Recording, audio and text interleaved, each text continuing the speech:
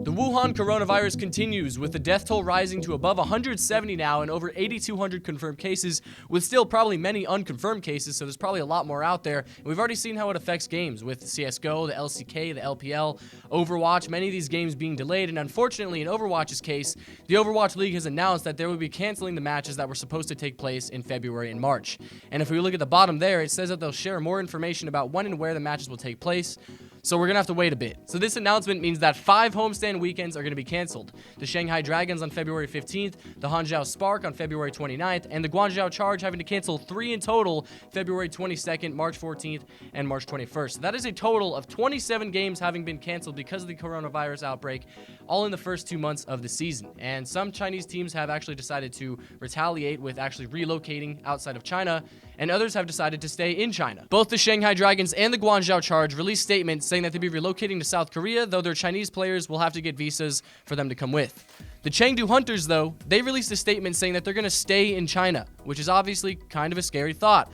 But they say that they're going to have them follow strict guidelines to stay safe, so they'll have their temperatures checked, full body disinfections, and they've got plenty of medical equipment to last them. One thing to consider, though, is that I imagine it could be possible to actually just reschedule all these games because it's such a huge chunk of missing matches and lost time that you would want to maybe explore into other venues and see, maybe just have them go somewhere else instead. But also, that kind of just ruins the idea of homestands. That ruins the novelty of players playing at a home or playing in, somewhere away. And also, well, visa issues could also be a thing because those tend to be a very prevalent issue in esports, but I'm sure something's got to be possible. But of course, if waiting means that our players are going to be safe and we're going to be able to just, have them for the future, actually, then I think we don't mind waiting. But again, I've said it plenty of times before, this just adds to my Overwatch can't catch a break list with all the talent leaving and then those leaks that came out that put the talent at risk. By the way, Reinforce was actually confirmed to be back on the analyst desk, so it seems like those leaks were pretty much true, but I guess that's kind of a given because they were on Custa's emails. But back to my list, players are up in arms about balance, bad Blizzard PR, investors not making money, and now there's the coronavirus outbreak that is causing the Overwatch League matches to be delayed for the first few months, and we don't know how much longer because, well, years ago, back in 2002 and 2003, when the SARS virus was a thing, that lasted for over a year, and the coronavirus has already affected more people than it has.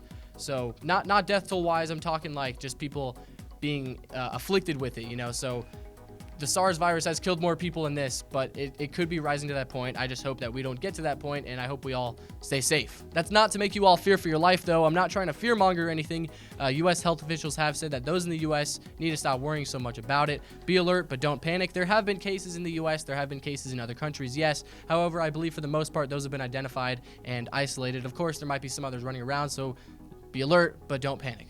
Another thing to remember is that, well, science has come a long way. It is 2020. The SARS outbreak was in 2002 and 2003, and that killed around, I believe, 400-ish people, 300, 400-ish. So we have come a long way since then in terms of science and safety.